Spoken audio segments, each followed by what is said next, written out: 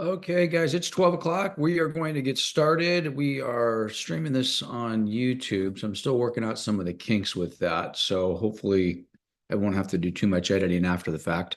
But we are restarting our contract college. This is actually session 2 of the RPA class that we've done.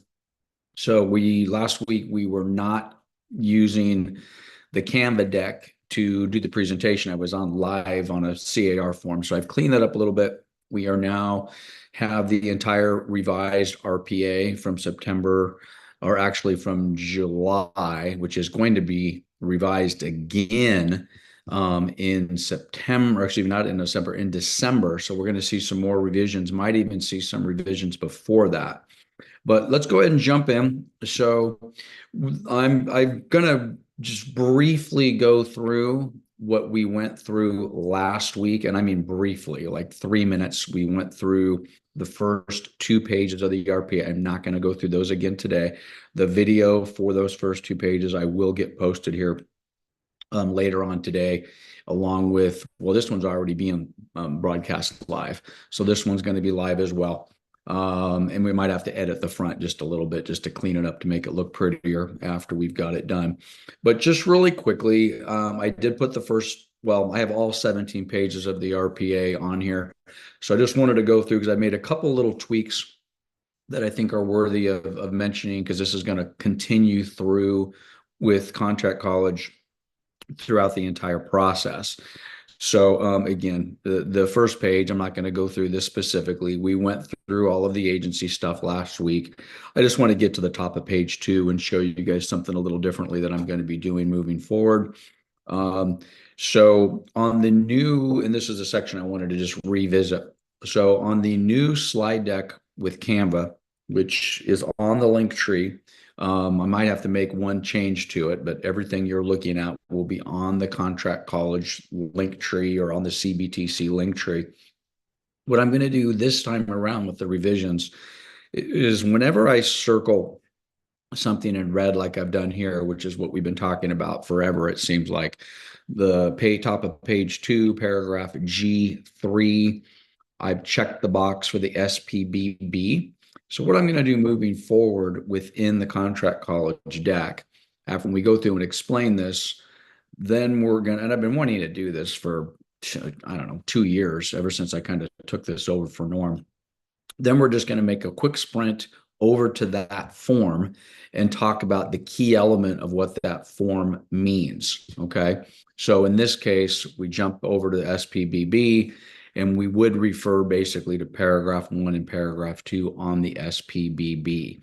So again, I'm not going to go through that today, but as we move forward in between the contract, in between the 17-page RPA, we may actually jump out. So again, we would reference Paragraph G3, this is SPBB. We're going to cover the SP in its entirety, but this would just be a quick snapshot. So we'll jump over, say, okay, when you get to SPBB, these are the elements that you need to be prepared for, and then we'll talk about that later.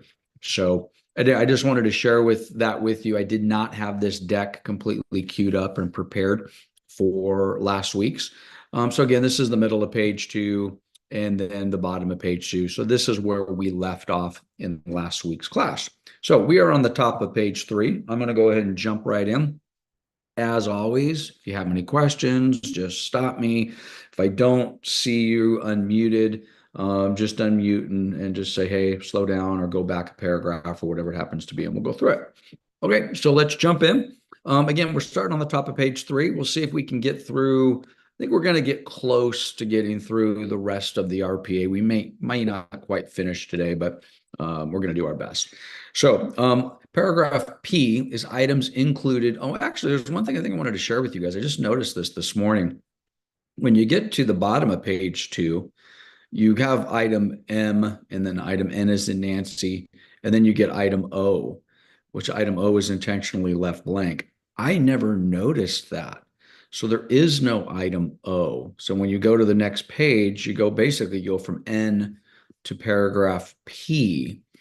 I actually thought that was new in the current revision of the RPA. And then I went and looked at the old RPA and it had the exact same thing. So there was no paragraph O, even in the old RPA. I've been teaching that contract class forever and I never noticed that. So I don't know how important that is, but I discovered that apparently for the first time this morning when I was revising the deck. So you got something in chat. Yeah, Javier, tell me about it. I was like, okay. And I guess I get it. Maybe O gets confused, or the letters O gets confused with the numbers. I don't know. But at any rate, we're skipping O, intentionally left blank. Okay, so paragraph P, items included, items excluded. Oh, hold on a minute. My computer's going to want to restart. We do not want that to happen. So let me turn this off. Hold on just a minute. Oh boy, I need to stop this right now. Give me just a second, guys, or my computer's gonna restart on me.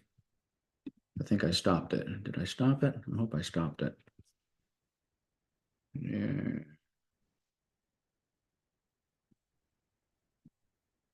Turn this off.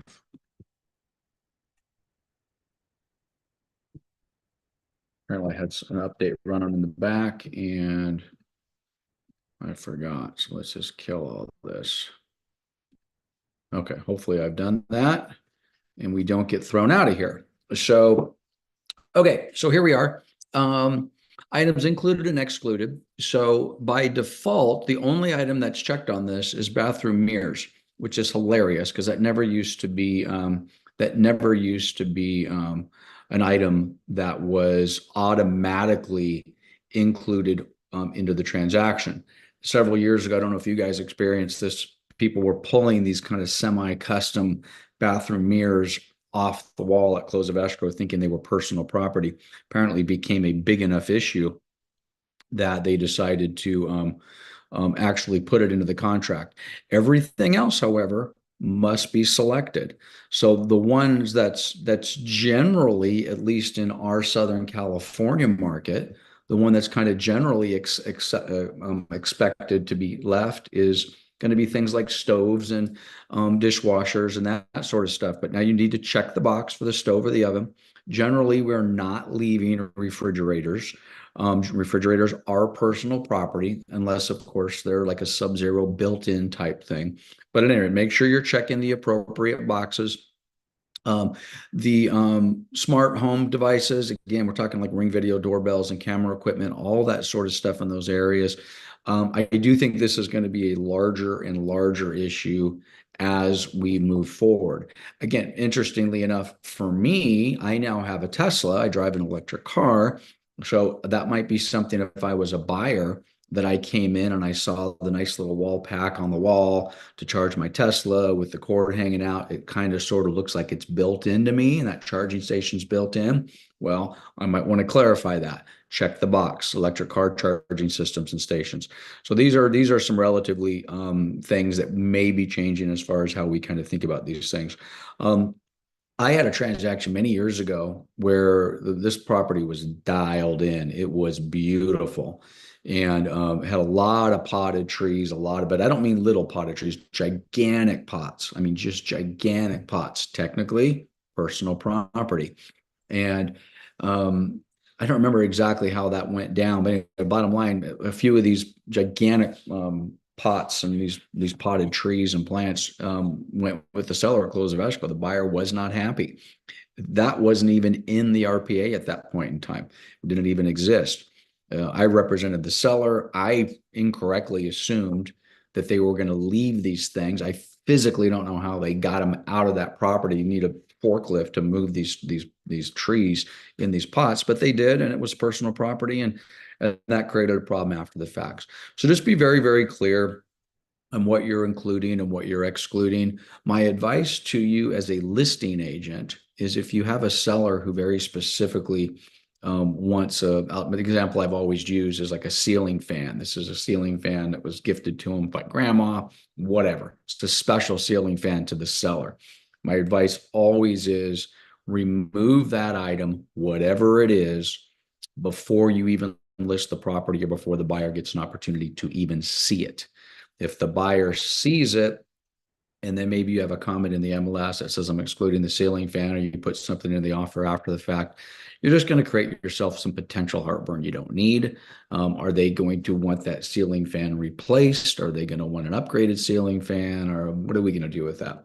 So I believe best practice is on any items that you plan on excluding from the transaction, the seller wants to take with them, remove those items either before the property gets listed or very, very early on before a buyer has a chance to see it. And then you can put it in the excluded item. Or if you've already removed it, then you don't have to put it in the excluded item category. So just be careful on included, excluded. It can always be a challenge. Allocation of cost, who's going to pay for what? I went through on this version of the contract college as I revised. The last few, I haven't really gone through and checked the boxes. So I went through and I checked some boxes, which I believe are generally how most offers are being written and accepted. It doesn't have to be though. So just because I checked the box that the seller is going to pay for the NHD, I did that. You can have the buyer pay for it.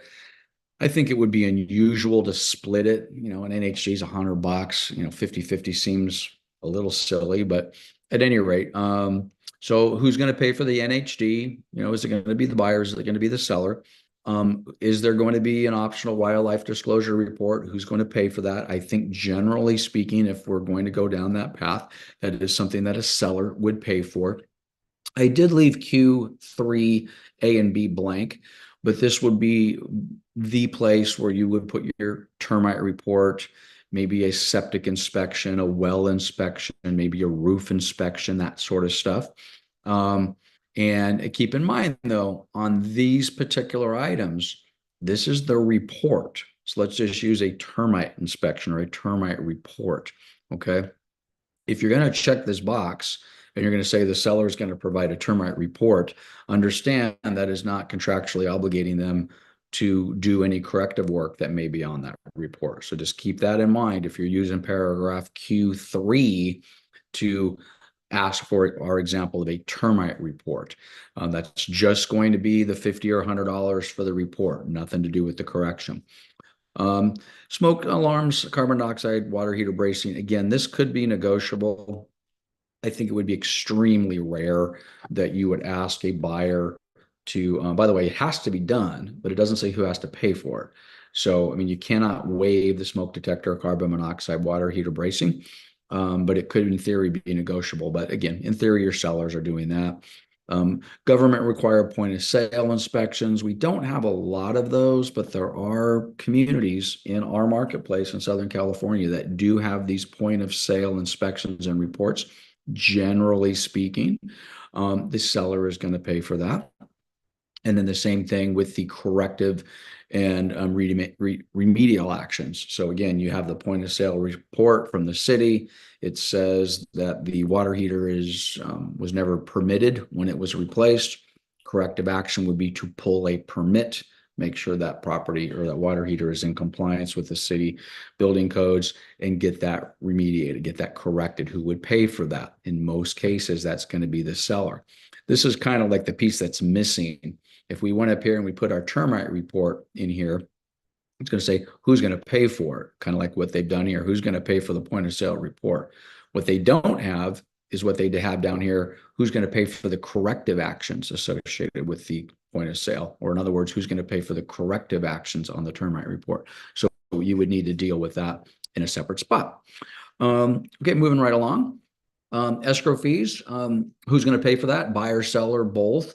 Generally, I think what we're saying, by the way, you guys are in the field, you're practicing this every day. So if you're experiencing or if you're doing something different than what I'm saying, please let me know. But most of the stuff that I would personally write or the stuff that I'm seeing that you guys are writing in SkySlope, we're basically seeing each to pay their own fees. If you're new, who do we have on the Zoom here with us today? We don't have a lot of new people. We really don't have too many anybody that I would consider new. But again, we got this out on our YouTube channel. So, escrow fees are split. Okay. So if I've got, if you get a quote from your escrow company for your seller and it says, $2,500, well, that's the seller side of the escrow. It's not exactly dollar for dollar, but you mean, well, how much would the buyer pay? Well, if the seller's paying $2,500, more than likely the buyer is going to be paying $2,500. Those numbers are going to be very, very close. They're not going to be exact necessarily, because you may have a transaction where you've got 3 or 4 sellers and escrow needs to do some additional work. So the base fee would be the same, but there could be some additional charges for the seller side of the escrow. Maybe they have multiple loans, 2 or 3 different loans to pay off. But generally, each to pay their own is how it's handled. I did do a little commercial in here for Cobalt Escrow. Same thing with title. Again, we've got 2 different pieces of the title. Q8, Q9 dealt with in paragraph 13. So the owner's title policy, that is the policy that would cover the buyer, the new owner of the property. Again, this is negotiable, but what I've been seeing and what seems to be the accepted best practice in Southern California is that the seller is being asked to pay for the owner's title policy. And generally speaking, the sellers are agreeing to pay that. Doesn't have to be, though. I've just picked that box. So you could check buyer, the buyer would pay for it. You could do both. Both, again, it is interesting when you say both, because that almost assumes that it's being split. I could see where maybe that's a challenge, but generally speaking, seller is going to be paying for those. And again, I did a quick little commercial in here for Orange Coast Title. Now, there's a second piece of the title insurance, which is the buyer's lender title policy. They do not give you an option here. It's just buyer. I've always thought that this is odd because a seller could pay this. A seller absolutely could pay for this, but the way we've drafted this, a seller would not be paying for this. So it does say, unless otherwise agreed, buyer shall purchase any title insurance policy insured by buyer's lender. By the way, there's 2 different pieces of title insurance. There's a portion of the title insurance which covers the lender, Bank of America, Wells Fargo, whoever it happens to be. And then the other portion of the title insurance which covers the owner. And in this example, this would be the buyer. But I've always found it interesting that they don't even give you the option here. I don't know why. To my recollection, it's always been this way. I think it's been this way for the 37 years I've been doing this business. I am going to go back a couple pages. So if you wanted this, and I'll use this as an example, although there's multiple examples. So if I go back to last week's contract college, and I think I put an example up, I did. Okay, so I put an example up here under paragraph G1. This is on the top of page 2. Okay. seller credit, if any, to the buyer. In this example, this offer, the way I've written it, is the seller is going to credit the buyer 15,000. By the way, this is $1 million purchase price. This is the way I drafted my sample here.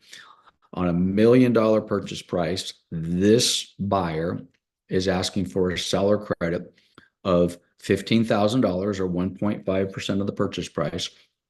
So what do we have over here? Again, by default, seller credit to be applied to closing costs. Okay.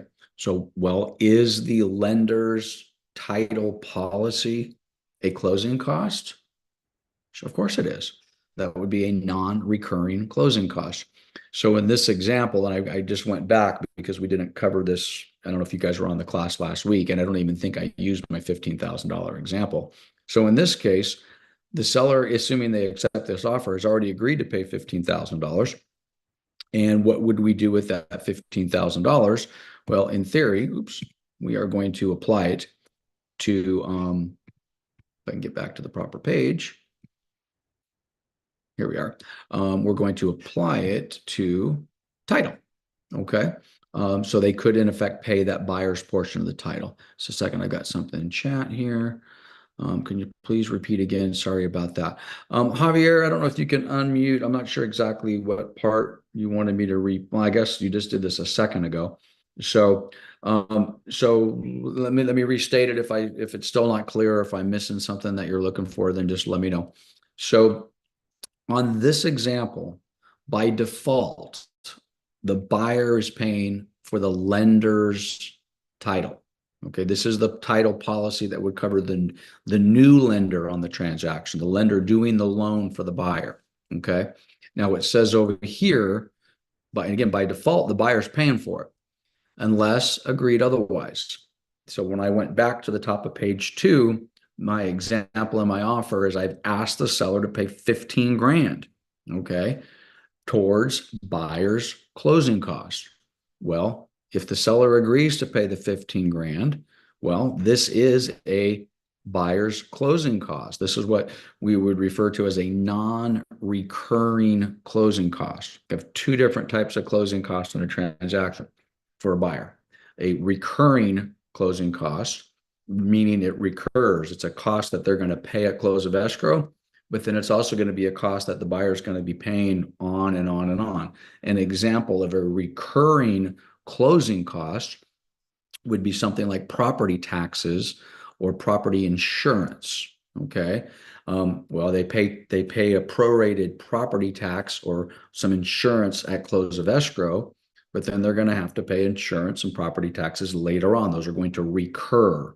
So when you hear that language, recurring and non-recurring closing costs, that's what they're referring to if you've never had that example given to you before. Now, a non-recurring closing cost is a closing cost that only happens once. It happens at close of escrow, and it does not reoccur again. It's a one-time, non-recurring. That would be something like an escrow fee. That would be something like a title insurance fee, our example here. If you have a buyer paying a buyer's broker commission, well, that would be a non-recurring fee. Okay, so Javier, sounds like I answered your question. I got the thank you in chat. So again, that's what they're referring to here. Now, if you did want to have all of these fees covered, again, by default, you can't really do it here. You can't check the box seller. You have to go back and you have to put it elsewhere. Seller agrees to pay, maybe all you want the seller to pay is the buyer's lender title policy. Then you could just draft that in there. They're there to pay it because there's no way to change it on the form here. Okay, county transfer tax. Again, generally speaking, the seller is paying a county transfer tax, $1.10 per thousand, $2.10 per thousand. I think Los Angeles County is still $4.40, if I'm not mistaken, per thousand. They have a huge transfer tax in LA. Someone correct me if you've had an experience different. That's my recollection. City transfer tax. Again, most cities do not have a transfer tax, but many do. Many do. So make sure you understand where you're selling. HOA fee for preparing disclosures, HOA certification fee. Again, isn't it interesting? By default, Okay. I disagree with this. There is some area in the statute that, again, it doesn't matter what I disagree with. The CAR attorneys, they rule, that talks about who's preparing or who's paying for these documents. And it does specifically say the sellers to pay for this and the buyers to pay for that. That doesn't mean it can't be negotiated. It certainly can be negotiated. But again, by default, sellers paying for the preparation of the disclosures, buyers paying for the certification fee. Well, wait a minute. What if, let's say the certification fee was $2,000, right? Well, I'm not going to go back again, but on my offer on the top of page 2, I've asked the seller to pay $15,000 towards buyer's costs. Is the HOA certification fee one of those costs? Of course it is. So again, I could have that offset by asking the seller to pay for that. HOA transfer fees, again, interestingly enough, you have the ability to check buyer or seller. Now, again, you do have, unless otherwise agreed, seller shall pay for separate HOA move out fee. Buyer shall pay for separate move in fee. Okay. This is kind of a new phenomenon, but not really. Homeowners associations and management companies within homeowners associations over the last many decades have gotten very creative on the fees that they're charging. And rather than raise dues to all of the homeowners, or the management company comes in and says, well, I'm going to raise my management fee to manage the homeowners association. A lot of these fees they have pushed over to the purchaser buying the new property and the seller selling the new property as kind of a parting gift, if you will. And I mean that tongue in cheek. So you do have a lot of these transfer fees. In some cases can be very expensive. I mean, $500, $1,000, depending upon the property and the association, you can have a $20,000 transfer fee, especially for some higher end communities. You can purchase the property, but maybe you didn't purchase the golf membership. The golf membership can be $100,000 for the golf, transferring the golf membership. So all sorts of interesting things when it comes to that. Okay, so moving right along. Private transfer fees, we don't see a lot of these, but they are out there. So and by the way, the default is the seller is going to pay for the private transfer fee. So just to give you an example of what these is, and this is another sneaky little thing that, again, thank God we don't see. I've never done one of these. Let's put it that way. I've never seen one in Southern California, but I know they exist. So let's suppose we are a developer and we are going to build a tract of 200 houses and we're selling those homes for whatever we're selling them for. What the developer in the past has put into the transfer documents, into the deed, that basically says every single time this property transfers hands, it's now sold to a second owner and a third owner and a fourth owner over a period of 20, 30, 40, 50 years. Every time that happens, there's a private transfer fee, meaning a fee is triggered on that sale and that money goes somewhere. Who does it go to? It goes to the original developer in many cases. It's kind of a way for a developer to create like an annuity on a property, so they get this perpetual stream of income every time someone sells. If you've never heard of those, consider yourself lucky, but they are out there. They're frowned upon, but they are still there. So if it's in the governing documents, just make sure you understand who's paying for that. And then by default, the seller's paying for it. You've got other fees and costs associated here. So again, you could, going back to our termite example, up at the top, we had, seller to pay for the termite report. Over here, we could put in the corrective work for a termite report. Could put that in there if you wanted to. That would be one area for you to cover where those additional fees may be covered. Who's going to pay for that? Home warranty, again, generally speaking, sellers are being asked to pay for that. It's certainly negotiable. I threw in $750 and away you go. If you're not asking the seller to pay, or if the buyer is not going to pay, please, guys, make sure you're checking this box where the buyer waives the home warranty plan. Okay. Generally speaking, that is discouraged. Let's get the buyer to get that home warranty plan, whether the seller is paying for it or whether they're paying for it. But if they choose to waive it, then make sure they're checking the box that that's waived. Okay, that gets us to the bottom of page 3, top of page 4. So we're going to go through all of these addendums in depth. All right. So I'm not going to go through them here. I'm just going to hit on them. Is the property tenant occupied? Is the property part of a probate? Is it a manufactured home? Is it a tenant in common purchase agreement? We will not go through the tenants in common purchase addendum or the stop cooperative purchase addendum as part of contract college. Why are we not doing them? Because we've never done one as an office, and I've never done one in 35 years. We just don't really do that in Southern California. If we lived up in the San Francisco Bay Area, sure, they have a lot of stock cooperatives up there. We will review the mixed use purchase addendum. The example I always use on that is a property like the office in Covina. Office in Covina is a perfect example of a mixed use property. You've got the commercial properties on the bottom floor with the storefronts, and then you've got the residential condo units above. So we will go through all of these addendums except the tenants in common and the stock cooperative. Other addendums, addendum 1, that's kind of our catch-all addendum, just a blank single page. We can put stuff on there. We'll go through that. We'll go through backup offer addendum, which I don't like, but we'll go through it nevertheless. Septic well, property monument, propane addendum, we'll cover those separately. Buyer's intent to exchange, seller's intent to exchange. Those are the 1031 exchange forms. We will go through both of those in depth. Same thing with short sale and same thing with court confirmation. In theory, that could be on a probate or on some sort of action where maybe someone's been deemed incapacitated or is lacking capacity. So again, as the buyer's agent, you will check the appropriate box. You can run into some trouble sometimes on these because occasionally you might be writing an offer not realizing that the property's on a septic. Maybe the listing agent didn't make it clear on the MLS, or maybe they didn't just maybe the listing agent got blindsided and didn't know. These things happen. So if you find out once you have an offer accepted and you're in escrow, and then now you are told that, oh my gosh, there's a septic here, you want to immediately amend the contract, include the septic addendum, and at that point, you're going to be negotiating or renegotiating your contract to figure out, okay, well, what are we going to do with this? Who's going to pay for this septic? Those are always fun, and I don't mean that literally. It's those are always very difficult, not fun transactions when you get blindsided once the offer's already been accepted. So we'll go through all those addendums in depth, along with the additional addendums under paragraph C. So when we're doing, hold on, I got something in chat. Oh, I have.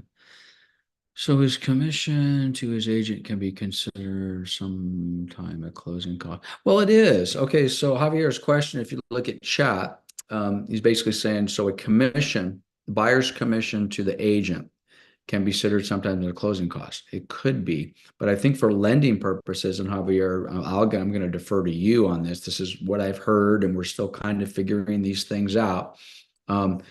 It is a concession to, well, again, there's 2 ways to think about this, or actually, there's probably more than 2 ways.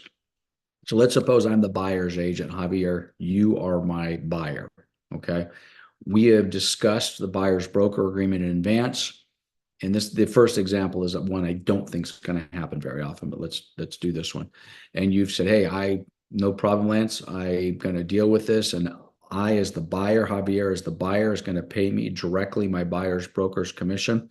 And so when they go to close escrow, it's $1 million purchase price. Javier is going to put $200,000 down as a down payment.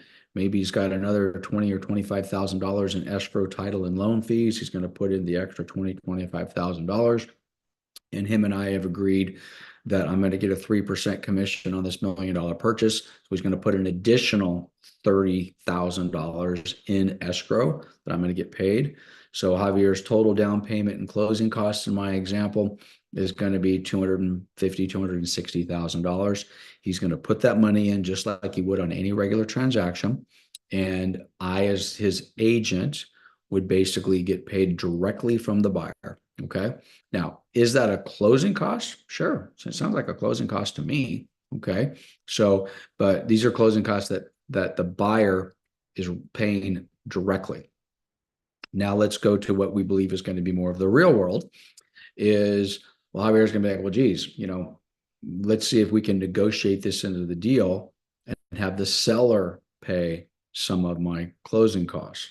Okay, so I am going to go back. It'll be the second time I've done this today. So I guess I'm glad I put this in the form. So when I write Javier's offer, I'm going to ask the seller to basically execute the form SPBB. Now, again, the $15,000 I have up here is different. That's not commission, the way this offer is written. Okay. This $15,000 is to be applied towards closing costs, escrow, title, loan fees, that sort of stuff. Okay. This is separate. So in this example, we've said, okay, in addition to the $15,000, we've attached as part of the contract a separate agreement, okay, form SPBB. Now let's take a look at that. What we would do on our form SPBB, and just got a truncated version of it. Over here, let's use my same example. Javier and I talked before we wrote the offer, and he agreed, yes, my value is a 3% commission, and this would be a $30,000 commission on $1 million property. But he doesn't want to pay that on top of his $200,000 down payment and his other costs. So here we've asked the seller to pay. Okay. So the seller is going to pay the 3%. But what this is, let's read this. Okay. Seller payment to buyer broker. It's negotiated. Okay. Amount subject to paragraph B1. Seller agrees to pay buyer's broker 3%. Okay. We have other options in here. I'm not even going to go past any of the rest of this.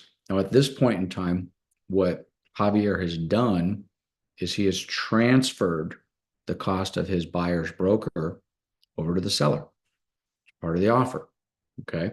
And it's partially been drafted this way. And again, Javier, I know you're a lender. So if your company is formulating policies or has some different policies, then all these things are going to sort these things out.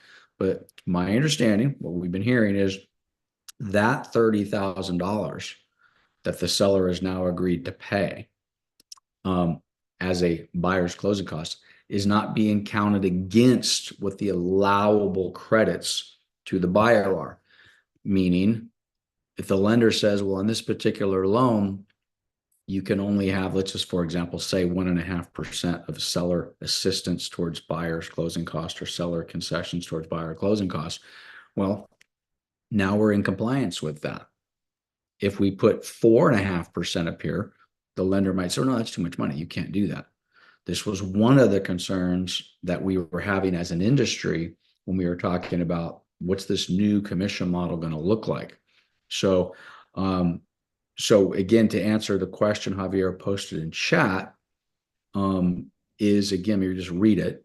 So the commission, this agent's commission, the buyer's going to wait. So his commission, when he says his, that means the buyer, commission to his agent can be considered some time of closing costs. Okay, I think we might be playing semantics with the closing costs. As now, again, this is going to be a lender thing, and I think I don't know if anybody on the call has had this experience, because I think a couple of times we've had recently a buyer or that said, hey, my lender said to write this different. Hey, Javier, you're unmuted, so let me have you speak to it.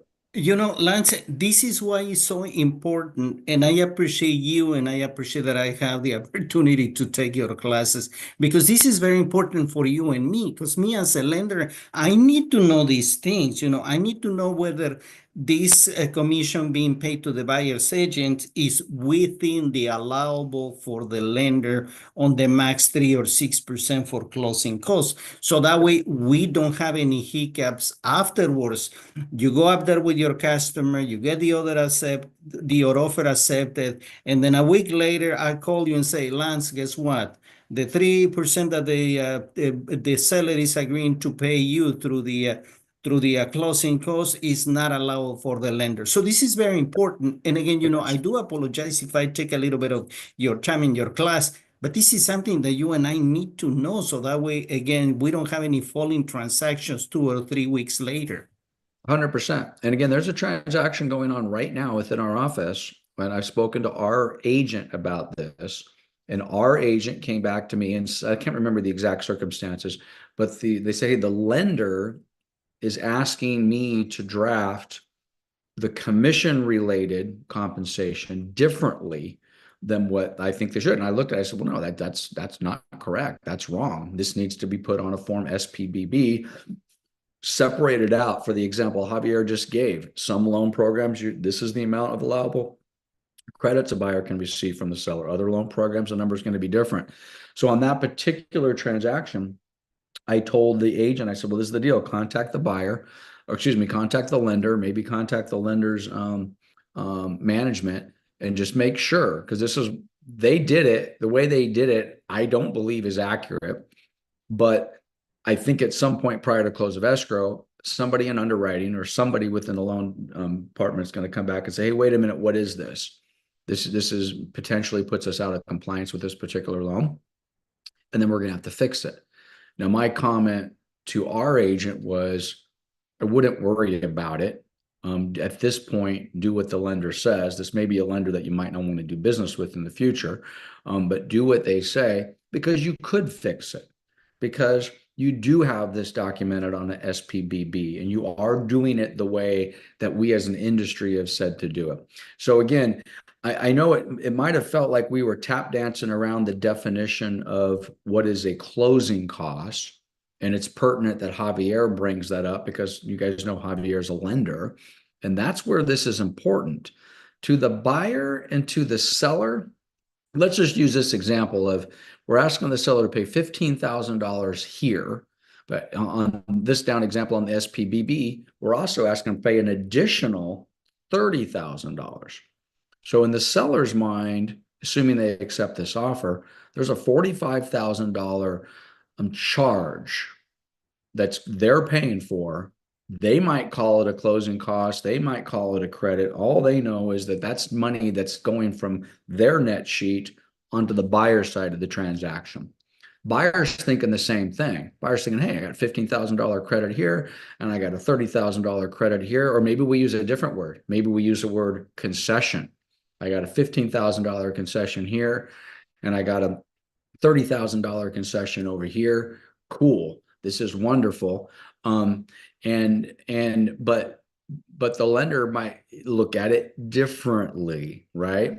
So anyway, I think we've whipped that. I think we've whipped that one to death. So let's get back into the where we left off. So getting back to my allocation of costs, HOA transfer fees. Okay, and I think we left off with home warranty. So there we are. So we've got all of our costs, our fees, our concessions, whatever we want to, particularly whatever bucket we want to put them into. Again, guys, the most important thing, not to cloud this, put buyers, brokers, compensation on the SPBB. That carves it out perfectly clearly, okay? Everything else, do the exact same thing that you've been doing in the past. But I'm not going to go back again, but on that offer where I put $15,000, I cannot, as the buyer's agent, put $15,000 on that, in that line, asking the seller to credit the buyer $15,000 until such time as I've talked to the lender for the buyer and said, hey, Javier, is this allowable? On this particular loan program, on this particular buyer, under these particular circumstances, does this loan allow the seller to credit the buyer $15,000? If he says yes, boom, I'm writing it in there. Okay. Under other terms and conditions, this is what I'm going to caution you. There's all sorts of things that you could put in here, but avoid putting in any sort of credits. Okay, put them up in the other line. Commission on SPBB, other credits at the top of page 2, and then let's try to avoid this using this line as much as possible. Okay, let's jump up the top of page 4. Okay, actually, I guess that's where we were and we went back. So we've covered our addendums. Actually, I skipped down to here on the addendum. I think we're talking about septic. That's where we got sidetracked there. Not sidetracked. That's where Javier brought this question in. Now, by default, these are already checked. I did not check these. So the buyer's investigation advisory, just like before, Form BIA is automatically checked. Wire fraud, fair housing, California consumer protection, those are already checked by default. We will go through all of those forms individually. Okay, we'll go through those when we get to that section. We'll also go through wire fraud disaster, trust advisory, REO, statewide buyer seller, short sale, probate. We'll go through all of them. Okay, so again, check the ones that apply, and we'll go through those in depth. Okay, additional terms affecting the purchase price. So what do we have here? We've got the initial deposit, and if you go back and you take a look at my offer, I had $1 million purchase price, and I put $20,000 as the initial deposit. That's 2%. So this is what it would be referencing as my initial deposit is 20,000 bucks. And I don't recommend this, but if you go back and look at my example on the actual form, I did do an increased deposit. And I said, we're going to increase the deposit an additional 10% or an additional 1%, which would make the total amount of the deposit for the buyer, the initial plus the increased, a total of 3%. Okay. So if you're doing that, just put it in the appropriate box. Again, I discourage, or at least I don't recommend that you're doing increased deposits in most cases. Okay. If you did do an increased deposit, you will use form DID, which is the deposit increase something. What the heck's that? I don't remember the acronym for that form, but deposit increase addendum or something. Okay. Retention of deposit. Retention of deposit refers to paragraph 26. That talks about liquidated damages. We're going to cover liquidated damages in today's session. So paragraph 5D, we will deal with in paragraph 26. Is the offer all cash? This goes back to page 1. On page 1, the very top line, it has a box to check. Is it a cash offer? If it is a cash offer, then this applies. Okay, what does that mean? It means the agreement is not contingent upon the buyer obtaining a loan. Sounds pretty simple. Oh, and it also contractually obligates the buyer to deliver a verification of sufficient funds to close the transaction. Okay, so again, all cash transactions, we tend to like those. Loans. Now here we've got our section. This is all referring back to page 1 on the original contract. 99% of the time, you guys are only going to have one loan. It's going to be a first trust deed. By default, it's conventional. This loan will provide for conventional financing unless we've checked the box, FHA/VI seller financing. So by default, it assumes it's conventional or a non-government loan. The amount financed is going to be laid out on page 1. How much are we getting? And again, you guys can't fill out that. It's done all the time. That's the reason I mentioned this, because it's done all the time. But you should not be filling out page 1 of the RPA until and unless you've spoken to the lender doing the loan for the buyer. You need to know that. You're not doing the loan. How do you know how do you know? Okay, so talk to the lender. This is another read. You got to have your buyers pre-qualified. You have to have your buyers pre-approved. They have to have spoken with the lender before you can write this. So again, what's the amount financed? Buyer loan status. This is an interesting one. This is one that kind of gets overlooked, but it's right there in the contract. You shouldn't have to ever go back and ask for this or refresh anybody's memories. That's not something that should be required. But what is it saying here with buyer's loan status? Buyer authorizes seller and seller's authorized agent, that's their broker, their listing broker, to contact buyer's lender to determine the status of determine the status of any buyer's loans specified in paragraph 3. So what kind of loan am I getting? So the buyer is giving the seller and their agent authorization right in the contract to reach out to, again, Javier, say, hey, checking in, how we doing? Now, keep in mind, the lenders do have some privacy issues and there's certain things they're not going to share. And that sometimes can be very problematic and very frustrating. This is where a little bit of experience goes a long way. So if I'm calling the buyer's lender, I'll generally have several questions that I want to ask. And one question might lead to another question or to a different question, depending upon the response I'm getting. If I feel at any point in time I'm getting some answers that don't make sense, or they sound evasive, or they just flat out don't make sense, well, that's your red flag.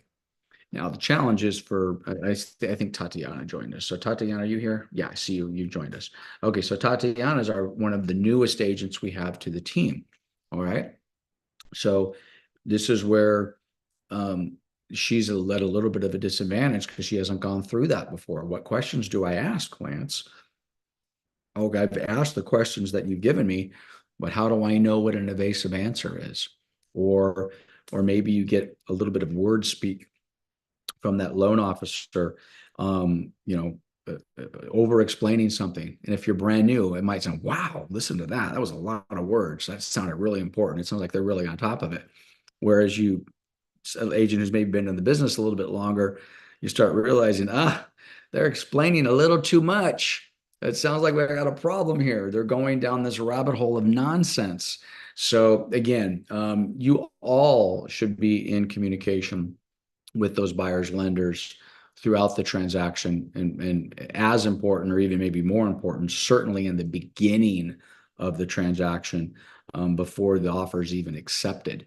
Once you accept it, you create some other challenges. But again, the buyer is authorizing that communication to take place. If it's an FHA or VA loan, that's fine. Just realize that you're going to have to use the FHA VA mandatory clause. The FVAC, Tatiana says, yes, I need the questions. Yes, you do. We're going to keep those a secret, Tatiana. Again, there's not necessarily on the lender questions specific questions that I have. It's kind of a flow. It's a conversation. Have you taken the loan application? Have you verified their income? Have you verified their employment? Have you looked at their credit? There's just a variety of different questions that lead, from one response to the other. If it's a contingent transaction, if they don't sell their other house, can they buy this house? Have you verified the source of funds? Is it coming from a 401k? Is it verified cash? There's just a variety of things. And it's not even so much the questions, Tatiana. It's the answers or lack thereof of answers that you're going to get. Just a simple one. Hey, have you verified the buyer's proof of funds? And if you kind of get, well, I haven't, we're early on in the process, haven't seen, well, that's the answer is no, you haven't. Okay, well, do I want to proceed with this offer? Well, I might want to see that proof of funds. Have you ran the buyer's credit? Have you run it through your desktop underwriting? Almost everybody's doing, not almost, I mean, everybody's doing some sort of desktop underwriting, which, Tatiana, all that means is the lender is taking the buyer's information, typing it into the computer system, putting submit, and waiting for the computer to come back and give a desktop approval. Do you have that? So there's a variety of things. We can go in a little bit too deep into the woods on this right now, but it's important. It's very important. So again, FHA or VA, if it is FHA or VA, just understand that there's rules that are required to be followed on an FHA VA loan.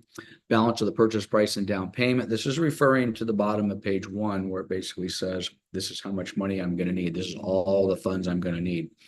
Limit on credit to buyers. Okay, so we stumbled into this conversation, 10 minutes ago, when Javier was asking the question about, is that a credit or whatever it happens to be? Well, why is that important? Well, it's important because of paragraph E. Okay, in the contract, this describes perfectly what we were just talking about. Limits on credits to the buyer. Any credit to the buyer is specified on paragraph 3G1 or otherwise agreed from any source for closing cost or other cost that is agreed by the parties, these are contractual credits, shall be disclosed to the buyer's lender. Well, isn't it interesting that the lender on our contract college today is asking the question? Well, why is he asking the question? Because that stuff needs to be disclosed to him. He needs to understand what is the contractual credit, closing cost, buyer concession, buyer's broker's commission. We talked about title insurance fee. We talked about a home warranty fee. These all get thrown into this bucket of a contractual credit. Javier or the lender need to sit back and say, do those credits fall within what's referred to as the total credit allowed or the lender allowable credit? If they do, then we're good. If they don't, we have a problem. Okay. Now let's just, for argument's sake, let's forget about this commission thing that we've been talking about here, because that can make things a little muddy. So let's not confuse this by the commission. I've been teaching this paragraph for decades when the commission was the way it used to be. The same exact language is here. I don't think one word of this thing has been changed. It's the same exact language. So this is how it would work. If you recall, back on top of page 2, I asked for a $15,000 credit from the seller to the buyer for closing costs. Let's just, for argument's sake, say on this particular loan, on this particular purchase price, on this particular buyer, the lender allowable credit is only $12,000, not 15. But I didn't ask Javier in advance, and I didn't disclose this in advance. I just went ahead and did it as the agent. And the seller and the listing agent signed it and agreed to it. So I now have a $15,000 credit. Then later on, at some point, hopefully earlier rather than later, it was disclosed to the buyer's lender. Now the buyer's lender sees it after it's already been negotiated, it's already been accepted. And then the buyer's lender comes back and says, "Oh, we got a little problem. You got 15 grand, but you can only have 12. Okay, well, what does that mean? Well, let's read this sentence. If the total allowable credit by the buyer's lender, 12,000 instead of 15, is less than the contractual credit, the 15, then the contractual credit from the seller shall be reduced to the lender allowable credit, 12,000, and in the absence of a separate written agreement, which there is none because we did this without telling the lender, there shall be no automatic adjustment to the purchase price to make up for the difference between the contractual credit and lender credit." So what does that mean? What it means is that the $3,000 overage, if you will, it just goes away. So what does that mean? Well, it means the seller is happy because they thought they had to pay 15, now they only have to pay 12. The buyer is not happy because this does not result in an automatic price adjustment. So that $3,000 that the buyer's not going to get, the buyer might say, well, geez, okay, well, then let's reduce the price from this to this minus 3,000. So at least, everyone's kind of still coming out of this. Well, it says right here, that's not automatic. You can't do that. So this is the difference between a pro and an amateur. So if you are in a transaction where you've allowed this to happen, and this happens all the time, okay? And then generally what ends up happening is it creates a fight. And this is the deal. Their transactions are hard enough. I don't need fights. I don't need to go over and fight for this $3,000, all the rest of that. So it's a very, very important question. And it goes perfectly to what Javier was asking about. Where's this going to go? So bottom line with all of this, you should not be writing these offers and presenting them and getting accepted until you've talked to the lender. Now, on the flip side, the same thing is true of the listing agent. Do not automatically assume that the buyer's agent has addressed all this. So as the listing agent, again, kind of getting back to Tatiana and the questions. Well, what's one of the questions that we might ask? Well, if I'm the listing agent, I very well may be calling the lender and saying, hey, this is the deal. I have an offer in front of me, and they're asking for a 3% and a $40,000 additional credit towards down payment or towards closing costs and blah, blah, blah, blah. Have you seen this? Does this fit within the guidelines? Is this something that we can get accepted and you can move forward? And you very well may at times have the lender say, oh, I had no idea. Let me call the listing agent. No, that's too much. This loan doesn't allow for that. They're asking for too much. Okay, so communication is key. Moving right along, bottom of page 4, additional financing terms, verification of the down payment and closing costs, that's proof of funds. Verification of the loan applications, that's just a verification from the lender that the application has been taken. Should not be writing offers where the buyer doesn't have an application pending. At a minimum, they at least know, Lance, come on, I talked to the lender, but they haven't actually done the full-blown application. Understand, but hopefully they're far enough down the path where that lender has verified some stuff, verified credit, taking a look at their package and making sure that they can proceed. Buyer's stated financing. What this is referring to basically is the buyer just cannot willy-nilly change financing in the middle of an agreement. Okay. You can't just go from, hey, I'm going to do a 35% down payment to, oh, I've decided I'm not going to do 35%. I'm going to go FHA minimum down. Okay. Well, what this is talking about is the seller has relied upon the financing stated in the contract, and that's why that, or at least one of the reasons why that offer got accepted. So you can't just go willy-nilly with buyers changing financing in the middle of a transaction.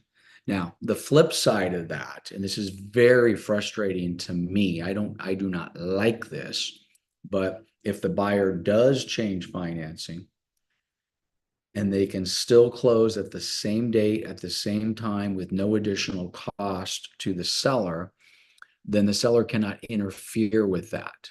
Okay. Having said that, if you read this sentence here, the seller also has no obligation to cooperate with that change of financing. But again, they shall not interfere with it as long as the buyer can get it closed. So again, don't do that. Don't change financing. This happens a lot. You'll have buyers agents that'll write cash offers. It's really not cash. They're doing a hard money loan or something like that. That's one example of what I'm referring to. Closing and occupancy. If the buyer intends to occupy as a primary residence, again, we're referring back to the first couple of pages, then, we have the appropriate forms. If it's tenant occupied, is there going to be a TOPA, tenant occupied property addendum? We will go through these addendums in their entirety. So again, what's going to be the occupancy status? Is it going to be owner occupied? Is this buyer going to take the property with tenants in place? And again, we'll cover that accordingly. Condition of the property at close of escrow. The default on every single offer ever written is the property is as is in its present condition. That is the default language. It's right there. So as the seller, a lot of sellers and listing agents want to clarify in a counter offer that says property is as is, seller will not do any repairs. Well, you don't have to do that. It says right, it already says that. The property is being sold as is in its present physical condition, unless, of course, there's been some negotiated repairs. So again, this is just the condition at closing, very simple, nice little as is clause there. Paragraph C, buyer, of course, is advised to conduct home inspections, termite inspections, whatever they want to do. So we're certainly recommending to the buyer that they do all of the inspections that they feel that they may be required to satisfy the condition of the property. Seller remaining in the property at close of escrow or remaining in possession.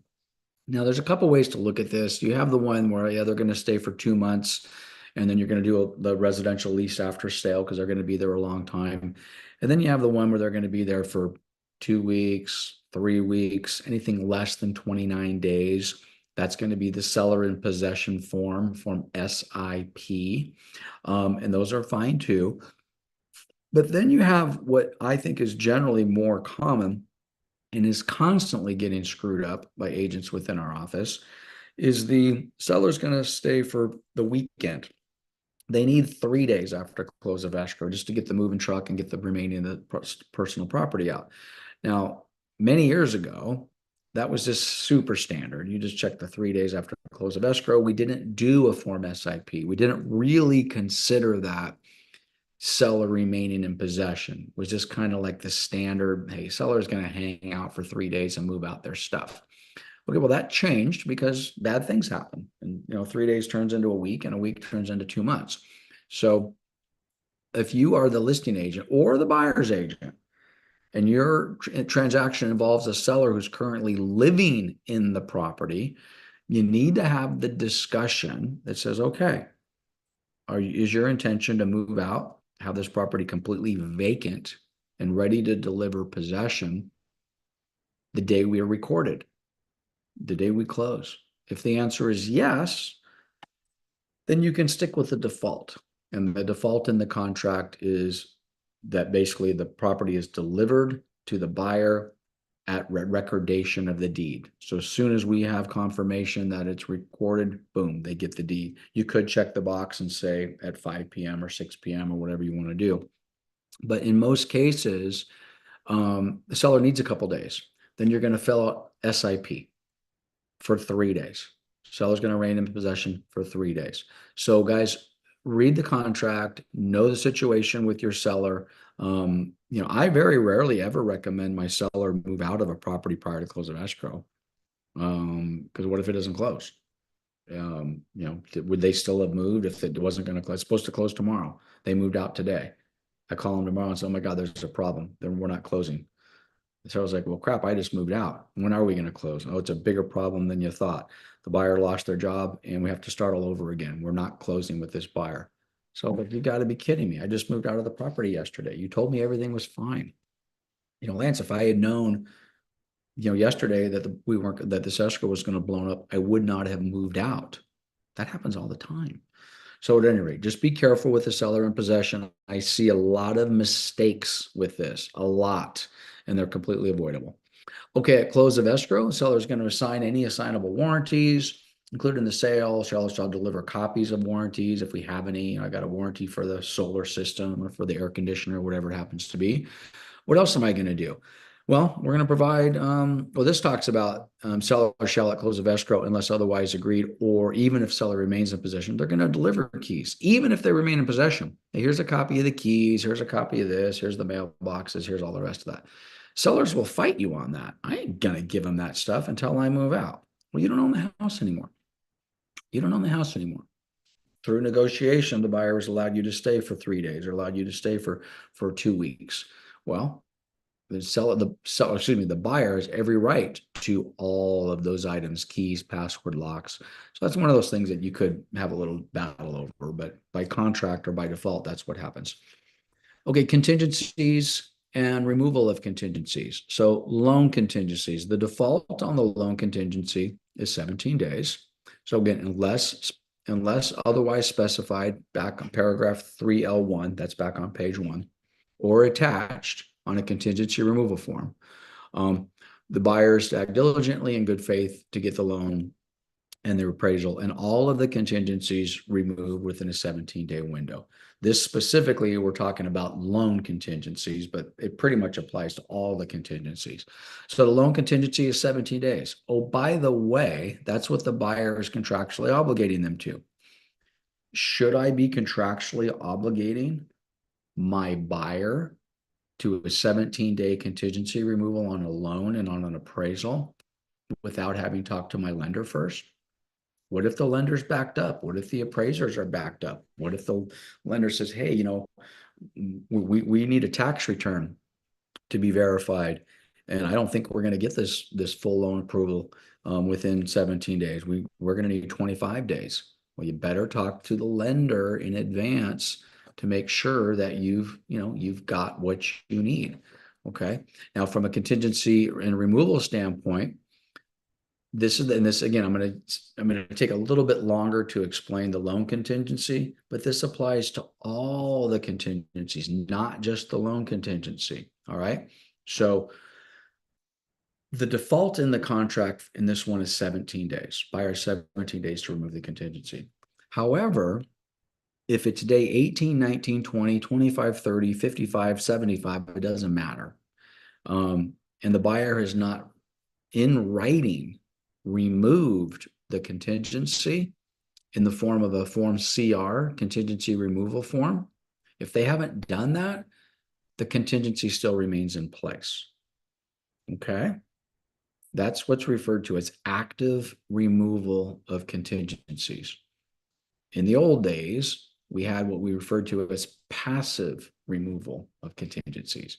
So passive removal basically would mean on day 17, unless the buyer or the agent stood up and said, hey, we got a problem in writing, hey, we got a problem, they would passively be removed. I mean, they'd automatically be removed on day 17. Hey, it's day 19. You can't cancel because you can't get your loan. Many, many years ago, and I loved that, by the way. I thought that was awesome. Okay. But many years ago, because agents, frankly, were lazy and were not paying attention to these dates, and that automatically were just passing up these contingency dates, and they were passively automatically being removed, and everybody's losing their mind because the buyer's like, "What do you mean? We haven't got our thing back yet." And the agent's like, "Well, yeah, I forgot to ask for an extension." So we went to what is referred to as active removal, which to me has actually taken the industry a step backwards in professionalism, because now we have the exact opposite problem. So now you have both agents that are ignoring day 17, and now it's day 19, now it's day 20, now it's day 30. There's a problem. And some agents and sellers, for that matter, think, okay, well, hey, I'm reading the contract. There's a problem. Today's day 25, says they had to remove their loan contingency by day 17. I'm talking as I'm a seller right now. And hey, there's a problem. Let's cancel this deal. Um, or I want their earnest money deposit. They're in breach of contract. And then you, as the listing agent, need to say, oh, yeah, but they never actually remove their contingency in writing. So I said, I don't know what you're talking about. It says right here they have 17 days to remove contingencies. We're on day 28. Yeah, I know, but we didn't do it in writing. So if I'm the seller and you're my agent and I'm having that conversation with you and you keep telling me, well, yeah, but they didn't remove it in writing, my response to you might be something about, well, what am I paying you for, Lance? You're my agent. You're making a lot of money. You're making 10, 20, 30, whatever $1,000 you're making on this transaction. Aren't you the one who's supposed to be tracking when that contingency is supposed to be removed? And if it needed to be removed in writing, aren't you the one that's to initiate getting that removed in writing? And if it's not going to get removed in writing, shouldn't you be calling your seller and talking to them about that? Well, of course, the answer to all those questions is yes, yes, yes, yes. So be very careful with this. This is, again, probably the second or third most problem issue that I get phone calls on. And most of the time it goes something like, we're 2 weeks past close of escrow. We finally want to cancel and start over again. And my seller wants to keep the buyer's deposit. And then that conversation leads into the contingencies were never removed. And there's this just massive amount of heartburn and, quite honestly, anger and frankly, bad representation. I would argue that if you're representing the seller in that case, you breached your fiduciary duty to the seller. You have a duty to the seller to monitor the contract and have compliance. So at any rate, so you're going to apply that same exact scenario to all these contingencies. So I took a little bit longer with the loan contingency, but that's generally what we're looking for on that. If there is no loan contingency, then of course that doesn't apply. So if you check that box, then that section of loan contingency doesn't apply. Now the same thing with the appraisal contingency. By default, there's an appraisal contingency. By default, it's 17 days, and again, it's also requires active written removal. So on day 18 or day 17, if the buyer has not removed it, you as the listing agent should be reaching out. I need my contingency removal for the appraisal. And if not, I potentially am going to start the path to canceling the transaction. So again, same thing on the appraisal. Again, talk to the lender. If there's no appraisal contingency, very similar to what we just talked about, if there's no loan contingency, then it doesn't matter what the appraisal comes in at. Investigation of the property. Those are my inspections. I'm doing my inspections and I'm checking things out, and I want to go check with the crime report with the police department. I want to check on the schools, all that sort of stuff. Okay, well, 17 days. So 17, on day 22 or day 30, buyer has not removed any of their investigation of property contingencies, and they come back and say, oh, we don't like the school district. What are you talking about? Your loan's approved, the appraisal's done, everything is done. You did your property inspection. And now, 25 days into this transaction, you're telling me that you don't like the school district? No, I don't. Oh, great. I'm going to cancel. I want to keep your deposit. Oh, wait a minute. You never removed your investigation contingency. Buyer can do that. They can back out. Insurance is a bigger one now. We've been talking about that in the sales meeting very early on. Make sure that the buyer is investigating their ability to obtain insurance and get it at a price that's reasonable. Review of seller documents, the transfer disclosure statement, the preliminary title report, the disclosures. Okay. I need to get that information over to the buyer so that they have the ability to review those and approve or not. Again, the title insurance, that's of course the preliminary title report, making sure that that information is in there. So again, keep in mind, these are all contingency transactions. So buyer reviews the seller documents, they don't like it, they can cancel. Buyer reviews the preliminary title report. They just found out they can't build the swimming pool where they want to build the swimming pool because there's an easement, they can cancel. Condominium or plan unit development disclosure. Those are all those homeowners association docs, the bylaws and the CC&Rs and the minutes and all that sort of stuff. They've reviewed the minutes. They don't like it. This is a real difficult one because sometimes it's difficult for the listing agent and for the seller to actually get these documents in a timely fashion. So you need to get those ordered immediately because some homeowners associations move slower. Their management companies move slower. Buyer needs to review the lease or liened items. There's a leased solar system or there's a liened hero program for a solar panels or whatever it happens to be. They need to review that and approve that. Same thing. Removal and waiver of contingencies. Buyer shall have, okay, here we go. You ready for this? Buyer shall have no obligation to remove a contractual contingency unless seller has provided all required documents, reports, disclosures, et cetera, et cetera. So, what does that mean? He said, well, I can't remove a contingency because you haven't given me a prelim. I cannot remove the contingency because you have not given me the transfer disclosure statement. So don't ask buyers to remove or waive contingencies until they've, of course, been given all of the appropriate information that the seller's obligated to give them. Okay. Then we have removal of contingency or cancellation. Now we're kind of getting down to the brass tacks. Okay. So for any contingency specified above, those are all those, or elsewhere, buyer shall have the applicable period of time to remove the contingency or cancel. All right. So let's just go loan contingency or inspection contingency. It doesn't matter. They have 17 days. On day 17, they have a choice. They can remove the contingency or thank you, we're not going to proceed. Or quite honestly, negotiate something new. We've discovered this. We're not prepared to move forward under the existing terms and conditions, but we are prepared to move forward under some new terms. Fix something or give me a credit to make me satisfied. Okay. For contingencies for review of seller documents, preliminary title report, condominium, buyer shall have the same time specified within paragraph 3L or whatever that says in 3L. So just say it's 7 days to deliver the preliminary title report, let's say. But what if they don't get it within the specified 7 days? What if they get it on day 7? Well, then they have 7 days plus 5 days after delivery.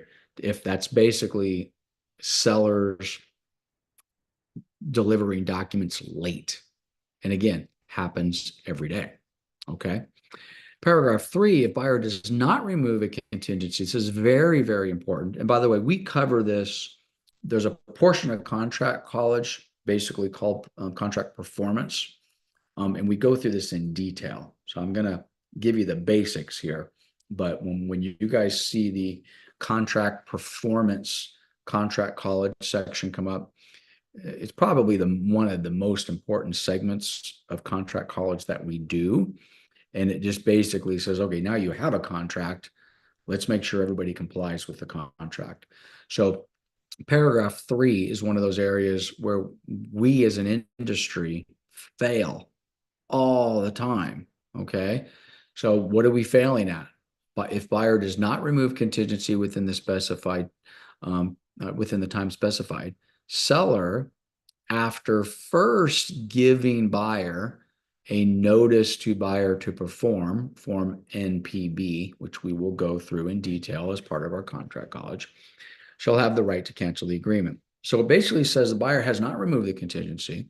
The seller has the right to cancel the agreement, but first giving the buyer notice to buyer to perform. So what that is a single page form that says you have not removed this contingency or any of the contingencies, whatever it happens to be, do so. And you've got 2 days to do it. And if you don't do it or respond, then I'm going to cancel. Okay. So I do not see nearly enough notice to buyer to perform forms used. And quite honestly, same thing. The counter form is the notice to seller to perform. You need to be using those forms to stay in compliance. Okay. And then getting back to my example of where my seller maybe was a little bit upset because now we're 2 weeks after close of escrow or 2 weeks after the contingencies were supposed to be removed. And instead of the seller being upset with you at that point, well, if you had been providing, hey, just so you know, contingencies were supposed to be removed today or yesterday, I'm sending the notice to buyer to perform. Now you've updated your seller. You've given them a copy of the form. They understand that this has been going on. They understand you're doing your job and you're on top of it. It's a totally different conversation. Okay. And again, if buyer does not remove the contingency, okay, just read that part. So then they can cancel. Okay. Is there a sale of the buyer's property? Is there a contingency involved? If there is, we would have checked the box earlier on page 1 or page 2, and we would be using form COP. We'll go through that form in detail later on in contract college. Okay. Items included and excluded from the sale. Note to buyer and seller again. So what's included, what's excluded? What are we going to do? We talked about that earlier. This is just kind of a more of a detailed list of what we're going to do. I'm not going to go through this in too much depth. I think this is pretty straightforward. Security devices, we've talked about this. So I'm going to move a little bit faster through that section. Again, items excluded for the sale. Okay, so I'm taking taking that ceiling fan that we had talked about. I'm taking the pool equipment. Okay, taking the pool equipment, the sweep and the brush and all the rest of that. It's technically, it's not attached, it's personal property. Make sure you you designate that. You let everybody know what that's all about. Okay, allocation of costs, inspection reports, test, certificates. So again, who's paying for what? If this is starting to feel like it's referencing it like we're repeating ourselves, well, we are, because we went through all of the individual items on page 1 and page 2 of the RPA, and now we're referencing back to the paragraphs that they applied to. So again, who's going to pay for these? We checked the boxes on 3Q1 and 2 and 3 and 5. So we already went through that specifically on what that looked like.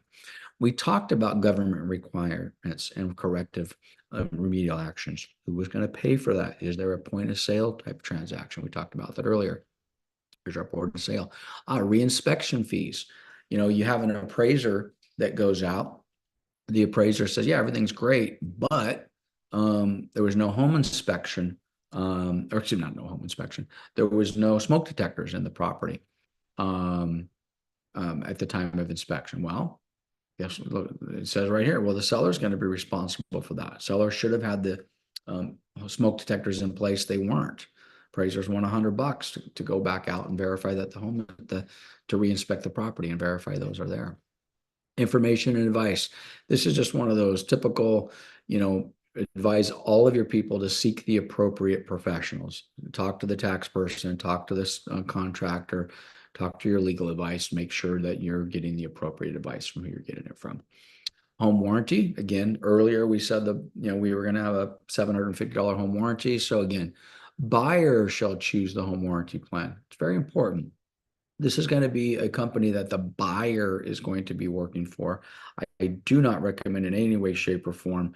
If a buyer says, hey, I want the seller to pay $750 and I want to use ABC home warranty, but you as the listing agent, I tell the seller, well, they're the worst home warranty company on the planet. We're going to counter them to a different company. We're going to counter them to Fidelity or whatever we're going to counter them to. Don't do that.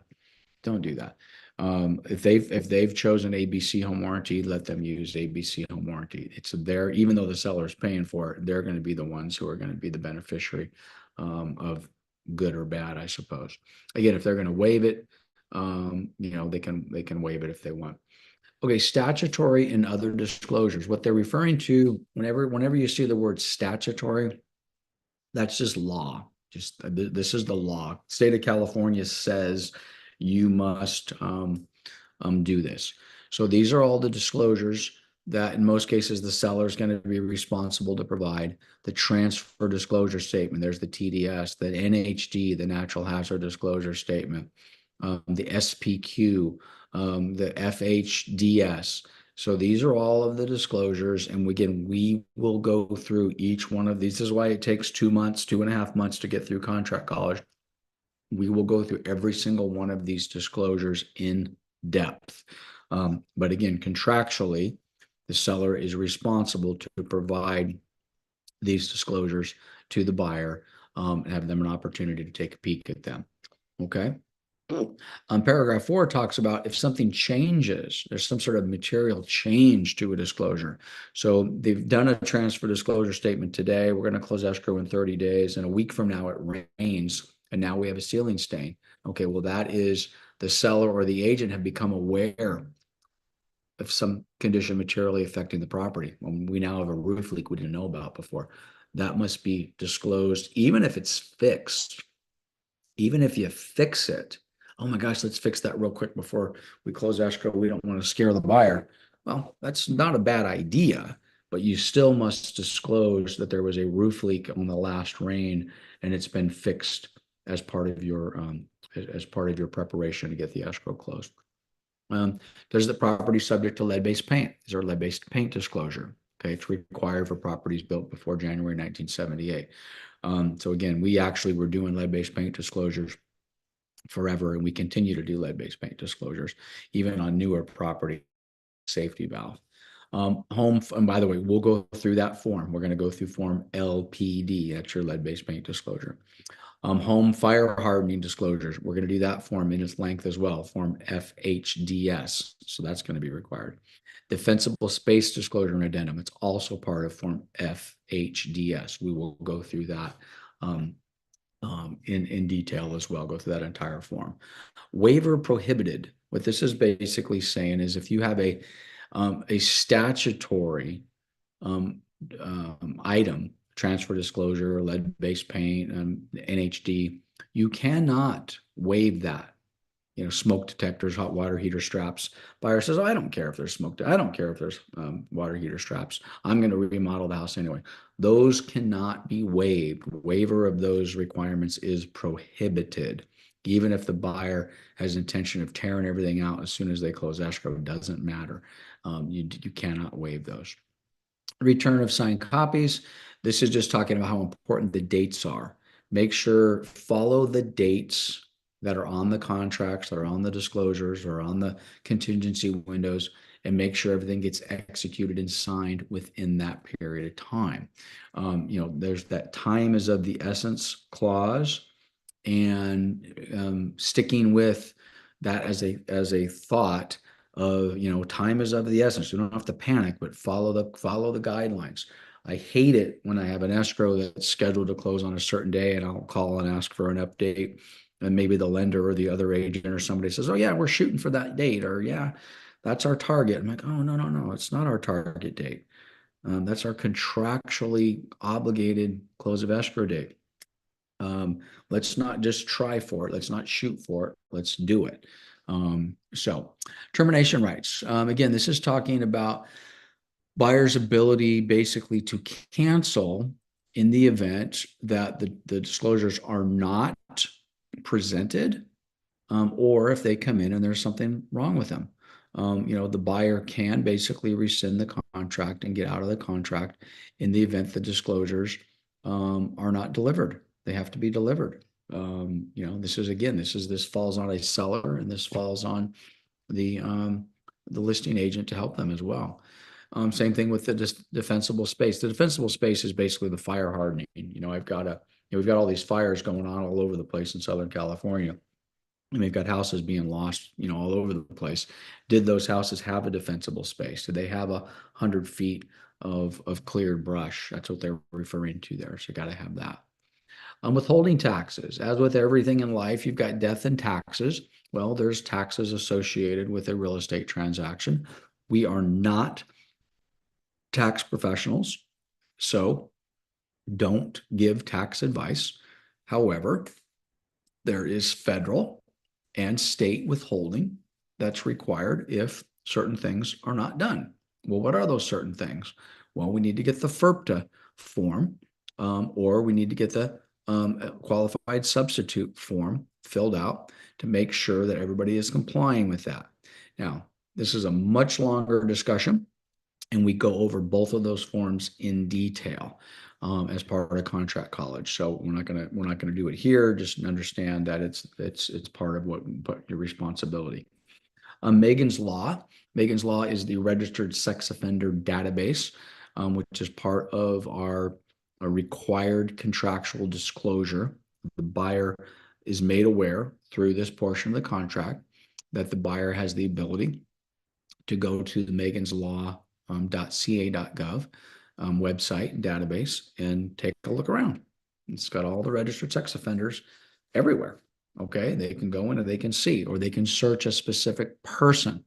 So maybe the buyers had a horrible experience, and there was some event in their life where John Doe did something he wasn't supposed to, and they want to make sure that John Doe doesn't live in the area. Want to make sure he doesn't live anywhere near where they're buying, so they can go to the Megan's Law website. They can verify that and make sure that the home that they're purchasing is an area that they're comfortable with. Now, on this, if your seller has any knowledge of a registered sex offender, anywhere for that matter, they need to disclose it. So that kind of begs the question, well, what do you mean anywhere, Lance? It's 2 miles away from the property. That seems pretty far. Okay, I would agree, but maybe the buyer is not comfortable with 2 miles away. Maybe they want it to be 5 miles away. Maybe they want it to be 10 miles away. So you can't make that judgment on where the line is to disclose, other than you have to disclose, yes, there's a registered sex offender in the area. Now, if you haven't visited this website, and again, you should at least go visit this website just to get an idea of what it looks like. But be careful that you're not searching an area around your listing or an area even within the community. Go up and search Northern California or something like that, a place where you're never going to sell any houses, or maybe Fresno or Sacramento or whatever. But anyway, what you'll soon discover is that there are registered sex offenders in every neighborhood, in every city, in every place, and everywhere in California. And if the buyer has a concern that I can't live within a mile or 2 miles of a registered sex offender, they're probably not going to be able to buy a house anywhere in California. Because if you did that map search and you put in any given address, the chances of finding multiple registered sex offenders within a half a mile of the property is almost 100%. So it's quite an eye-opening database if you do go take a look at that. But just understand, if you go as the agent and you search that database and you see now when you're selling that house, you have to disclose, yes, I have knowledge that there's a registered sex offender in the area. Okay, which is, by the way, all you got to do. But that needs to be done, and the buyer needs to be directed to the website. So it's quite I haven't gone and looked at this in a year or two, but I'm not going to do it today, but it's an eye opener. Okay, notice regarding gas and hazardous liquid transmission pipelines. Every now and then you guys will see in the news where like a neighborhood is completely blown up and 20 houses are taken out. Sometimes you're like, wow, what happened? Well, many times it's because there's a natural gas transmission line that ran underneath the neighborhood. Something happened, the thing blows up. It takes out 20 houses and kills a whole bunch of people. So again, is that in the neighborhood of the house you're selling? Well, I don't know. Go to npms.phmsa.tod.gov, and then you can determine where those natural gas pipelines are, and whether that's an issue. Natural and environmental hazards. This is the NHD. Again, we'll cover that in length. So we go through an entire NHD report as part of our contract college. Condominium plan unit development disclosures. Again, we talked about that. Did we get everything we need from the homeowners association? Did the seller order the CC&Rs, the bylaws, the rules and regulations, the minutes, the budget, the reserve study? Did we get all of that stuff? And we need to get that over, of course, to the buyer. So all that HOA documentation is in here. There's a couple of forms. These forms are more of checklists, the HOA-IR and the HOA-RS. These forms, really, they're just more of an informative. So if you've never actually sold, listed, or represented a buyer in an HOA, these forms actually can be helpful just from a standpoint, it kind of gives you this checklist of things to keep an eye out for, ask questions for, make sure you're looking for the correct things. And again, we go over both of these forms in length as part of contract college. Um, Solar power systems. Is there a solar system? Is it owned? Is it leased? What's it look like? What is it producing? How's it working? This is kind of new. Balconies, exterior stairways, and elevated elements. I think this kicked in is either this year or last year. A new law that those balconies must be inspected. So if you have a property that has an elevated deck or balcony or stairs, you're going to be using Form WBSA to make sure that that property is compliant and has been inspected properly. No material facts. This is going to be another one of the, we're starting to get into this in the contract already, but so much of what we do in contract college becomes extremely repetitive. It's kind of one of my fears as I teach contract colleges. I've got my audience, they're doing their thing, and then all of us like, God, didn't Lance just say the same thing last week? And didn't he just say the same thing like 45 minutes ago? And the answer is yes. The amount of repetition within our forms is extreme. Okay. So this is one of those areas where we're going to start to see this. You're going to hear me repeat over and over and over for the next 2 months about disclosing no material facts. Disclose no material facts and defects, anything affecting the desirability of the property in any way, shape, or form. So this is one of those. This is specifically also talking about insurance claims, but it has to do with anything. So if you know it, you disclose it. Okay, paragraph 12, buyer's investigation of properties and matters affecting the properties. Now, there's a lot of catch-all stuff in here, but basically what this is talking about is the buyer has the right to investigate, but the buyer not only has a right, they have a duty to investigate. And what do they have to investigate? Well, everything. Look at all this stuff in here. It's termite and lead-based paint and pest controls and water tests and shower pans and roofs and electrical and general home inspection, the lead-based paint. It just goes on and on and on and on and on. Okay.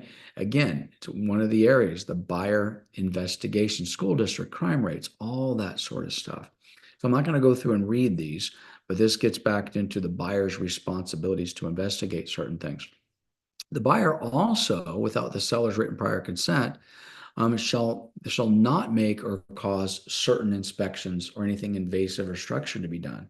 So the buyer can't send an inspector out there and that inspector starts knocking holes in the drywall and tearing things apart. They do not have that permission to do that.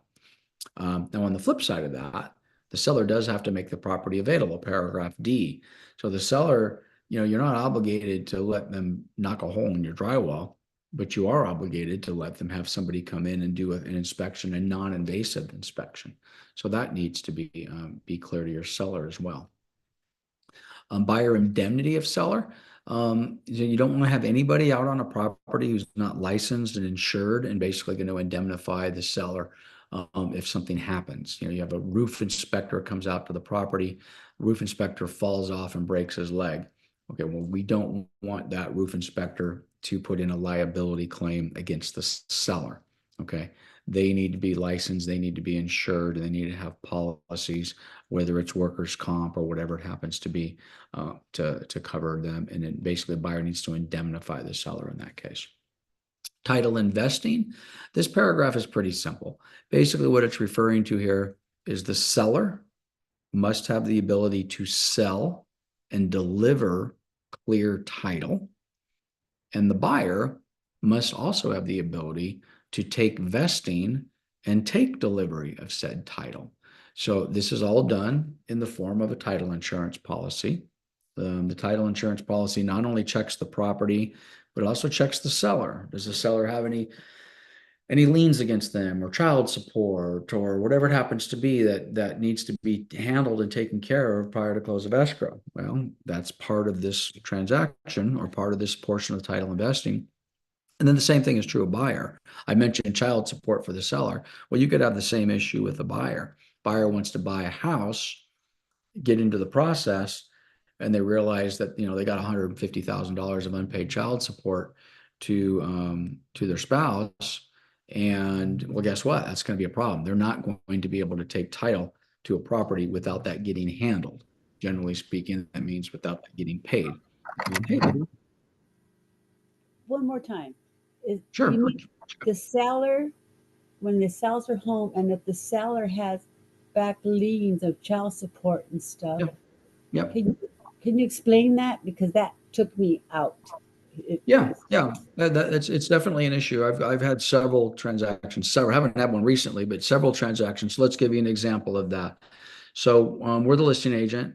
We've listed the property, and by the way, when we cover this in the listing agreement, but there's a section in the listing agreement when you're actually having your seller sign the listing agreement, and it talks about is the seller capable of delivering title. And if you go through that language, I don't have it handy, but we'll get to it when we do the listing agreement. It talks about things like have they filed bankruptcy, or are there liens against them, or are they going through a divorce, or it's things like that. So that's kind of like your trigger to sit back and go through those things. But let's suppose we didn't discover that. Let's suppose the seller didn't say anything and we didn't ask, and now we've opened escrow. So what's going to happen is the title insurance company is going to do a title check on the property, and then it's going to come back and say, "Oh, Mr. or Mrs. Bob Seller, he owes unpaid child support and that's all handled at the county level. So they're selling a property in San Bernardino County, but they got divorced in Kern County, and all the divorce and all the child support's handled in a different county. So that pops up, and it has to be paid prior to or as out of the seller's proceeds or so for those of you like, oh my God, wait a minute, this guy's not going to be able to sell his house because he has unpaid child support. Maybe. But what happens often is then the seller has to go to the district attorney's office that's handling the collection and the follow-up on the unpaid child support. In effect, say, hey, I'm trying to sell my property on 123 Main Street here in Riverside. I understand I have unpaid child support. Will you release this sale? Allow me to sell the property. I still owe the money, but will you allow me to sell the property and release the lien with title? Now, the answer to that sometimes is yes, and sometimes is no, or something in between. Okay. So I'll just give you an example, a different examples. You have let's just say it's a dad who's been, delinquent, but is in regular communication with the district attorney, is on a payment program, is doing everything properly, and is in effect in compliance, even though there is unpaid child support. Okay. But there's effort. In many cases, my experience is the district attorney, again, they'll consult with the spouse or the ex-spouse or whatever it happens to be. But that's okay. Hey, Lance he's on top of it. He's been making his payments. He's back on schedule, whatever it happens to be, and we let that go. But let's suppose it's the opposite. Let's suppose the DA is just completely, banging and banging and banging, and Lance is just a deadbeat dad, and he's not doing anything. Yeah, well, the chances of the DA allowing that transaction to move forward is zero. That's not going to happen. So what does Lance owe? Lance owes 100 grand in unpaid child support. Well, how much equity is he getting? He's getting $400,000 at close of escrow. Okay, that's cool. Except he's going to get 300,000, and now 100,000 is going to go to pay the unpaid child support. Okay, so there's a lot of different ways that can shake out. But if you're in a transaction and you have a client who buyer or seller, I will tell you on a buyer side, and I don't know if Javier is still here. It looks like Javier's still on the call. A buyer being able to buy a house with $100,000 child support lien, that ain't happening. That ain't happening. That's going to have to get handled. And the DA is not going to allow anybody to go put money down on a house and buy a house when they're not paying their child support. At least that's been my experience. The sellers, I've had it go every little example that I just gave you. Yeah, go ahead, Lydia. Okay, so is this the bit? Because I always known about the broker. I mean, the buyers. If they have back child support, I never thought about the seller. So would it be best practice to ask our listing Yes. sellers. Would that be best practice? Yeah, it is. And again, I don't have it handy. Otherwise, I'd pull it up. And this is a great place. Like I inserted that little thing with the SPBB. This would be a great place for me to insert a portion of the listing agreement that talks about that. But yeah, 100%. It's always best practice. So if I'm listing your house, and again, most of all of this is on the form. So you don't have to like memorize it necessarily. It's on the form. So you'll go through and say, hey, just want to make sure that you have the ability to sell and deliver title. Let's go through some things here.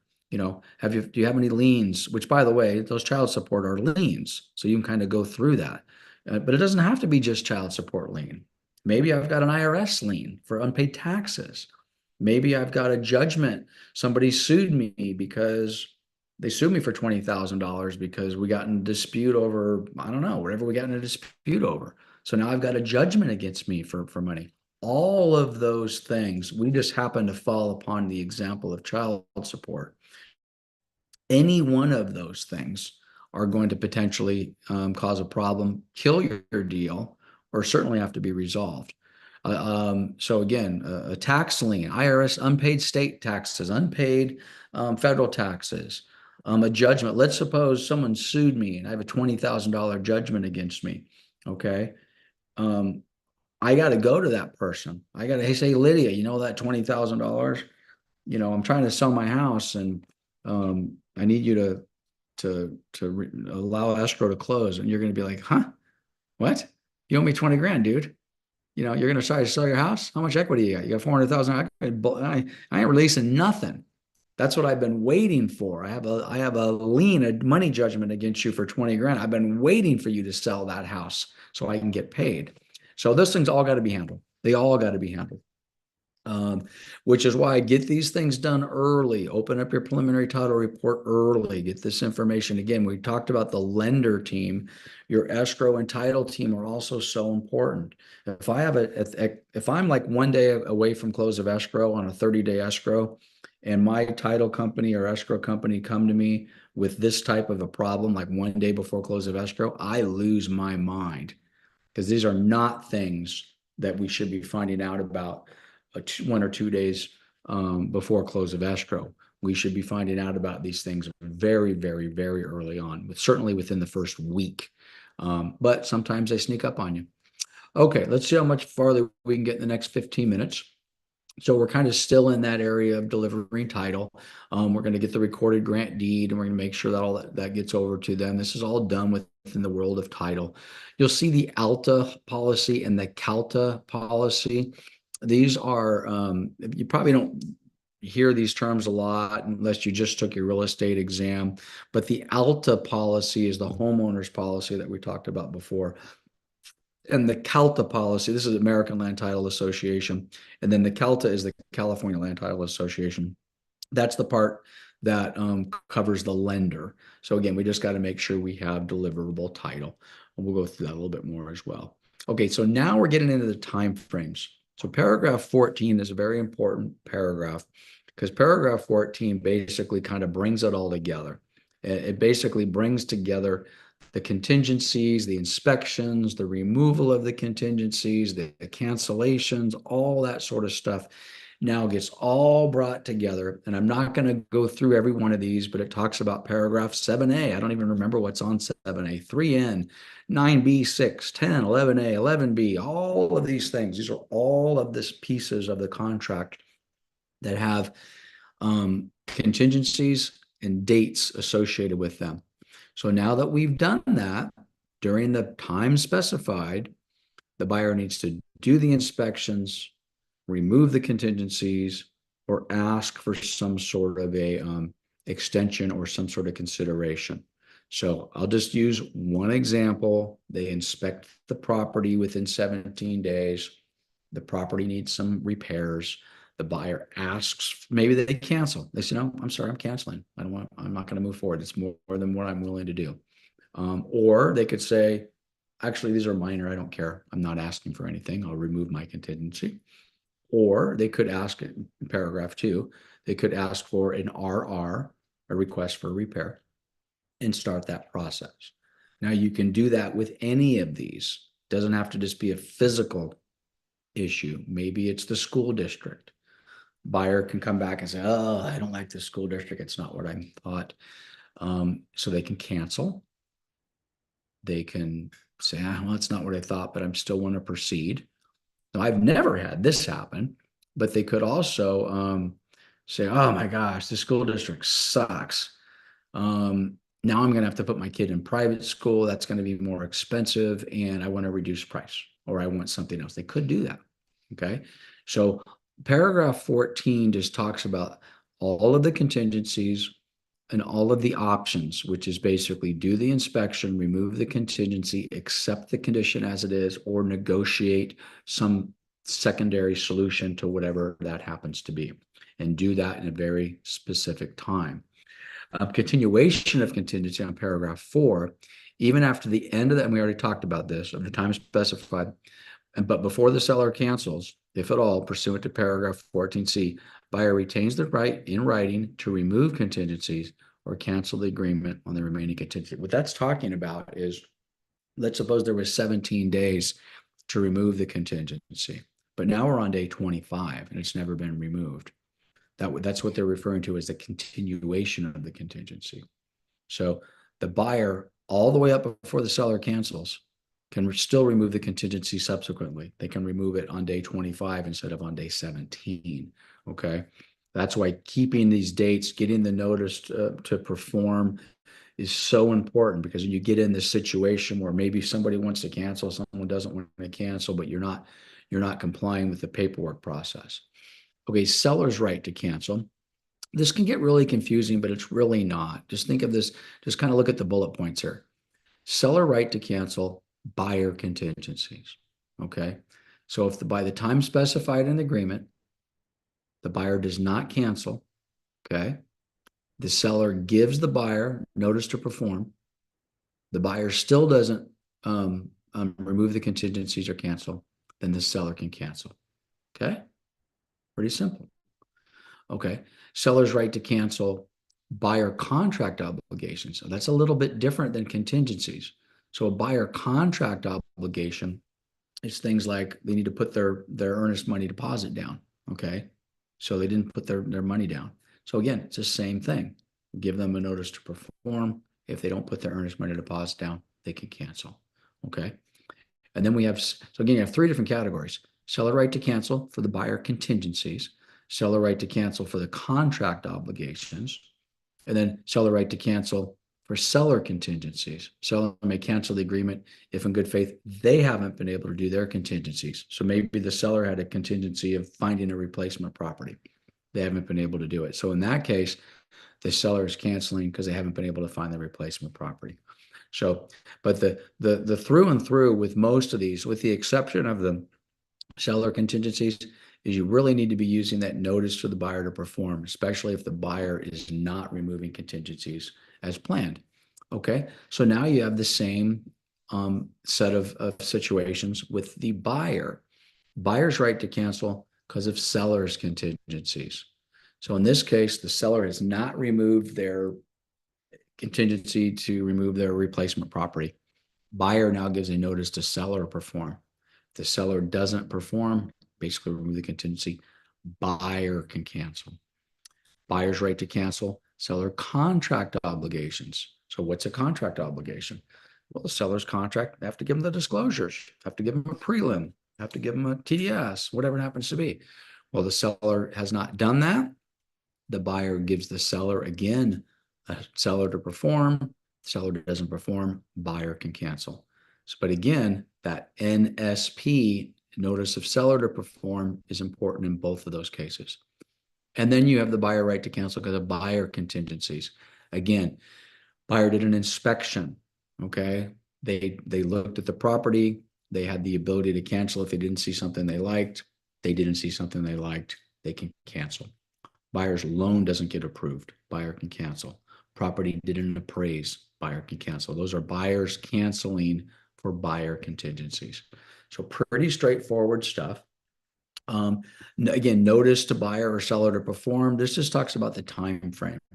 You give it to them today, they've got 2 days after delivery to, so if I gave it to them today, they would have all day Friday, all day Saturday, and then after that, we could cancel.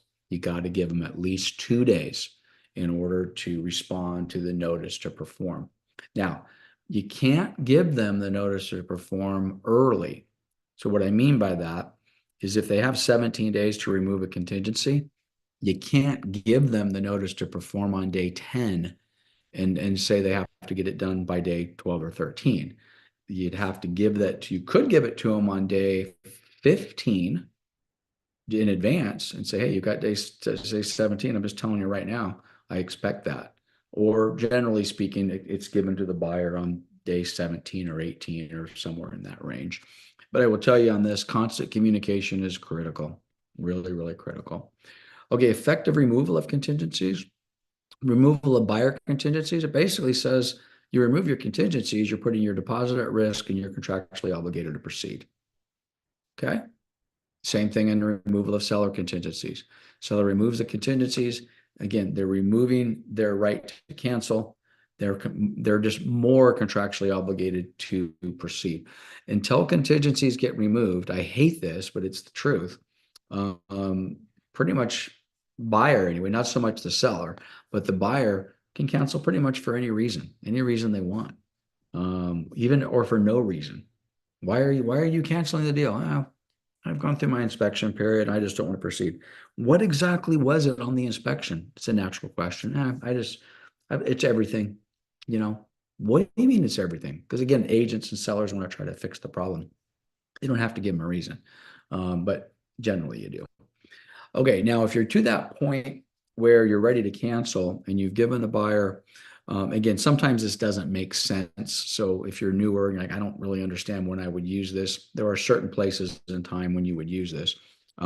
But before you can cancel, you may have to give them a demand to close first. So for example, let's suppose we were, close of escrow was yesterday, but they haven't removed contingencies. So we can give them a notice to perform to remove the contingencies. And then after they haven't done that, we can give a demand to close, and they don't do that, then we can cancel. Now, sometimes that doesn't make sense because, well, the reason you're canceling is because they don't have loan approval or the appraisal's in low. You're like, well, you can't cancel. Or you've maybe the buyer's given us a request for repairs and they're being stubborn about a roof or something like that. Well, you're like, okay, well, we're not doing it. We're not doing it. And now, hey, I want to cancel. Well, maybe the buyer has been negotiating and they don't really care whether you fix that roof or you fix that item. So you would have to give them a demand to close first. Then the buyer might turn to, their spouse or their agent and say, I didn't really mean that. I was just negotiating. Okay, close the deal. Close the deal tomorrow. That sort of stuff happens all the time.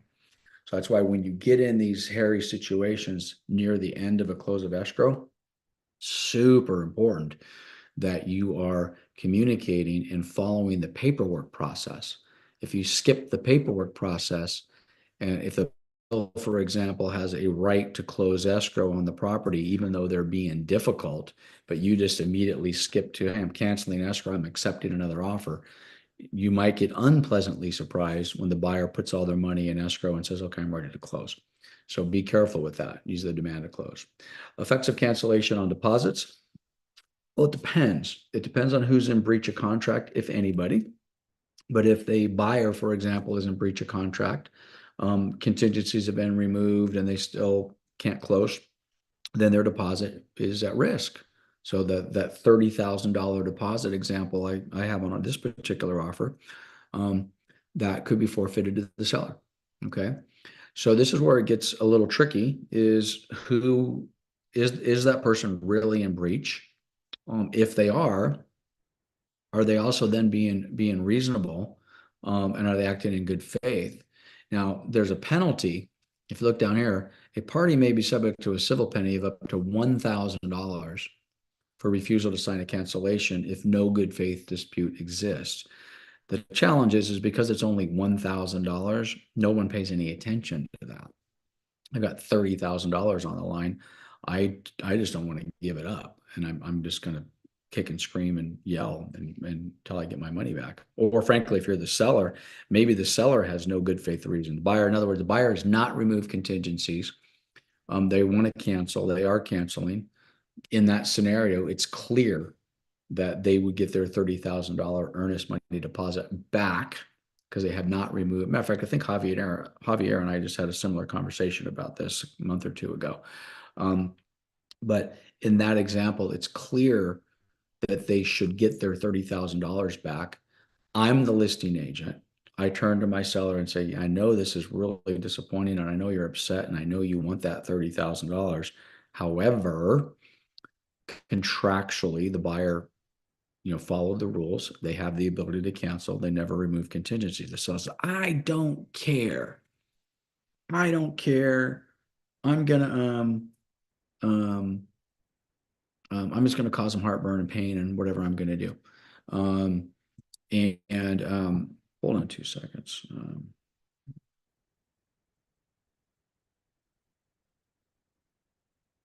I've got a 2 o'clock appointment. Looks like they're running a little bit late. So if that's the example, and my seller, in the key example I'm trying to give you, my seller is acting in bad faith. In other words, there is no good faith dispute. I've explained to my seller, the buyer had the right to cancel. My seller just doesn't care. They're just pissed off. And they want the money, but they don't even really want the money. They're just pissed. They want the buyer to suffer. Well, if that's genuinely what they're doing, and ultimately they don't give the money back, my seller, could be responsible for $1,000 penalty per Civil Code 1057.3. Now, this is the deal. This very rarely happens as far as the penalty is concerned, but as far as buyers and sellers and agents playing games at a cancellation, that happens all the time. It drives me crazy. So again, we'll talk a little bit more about that in liquidated damages. We're bumping right up at 2 o'clock. This is actually a good place to stop. We're almost done. We should be able to finish the rest of the contract for certain in the first half hour, 45 minutes of next week, Contract College. So let's pause here on paragraph 15. If anybody has any questions, we'll take one or two, and otherwise we'll call it here. I'm just looking for anybody that's unmuting. I don't see anybody unmuting. So, okay. All right. Well, have a great day. Go sell something. We'll pick up here on paragraph 15 next week. And I'll be working all weekend, guys, and all week. So if you need anything, don't hesitate to call. Thank you for everything, Lance.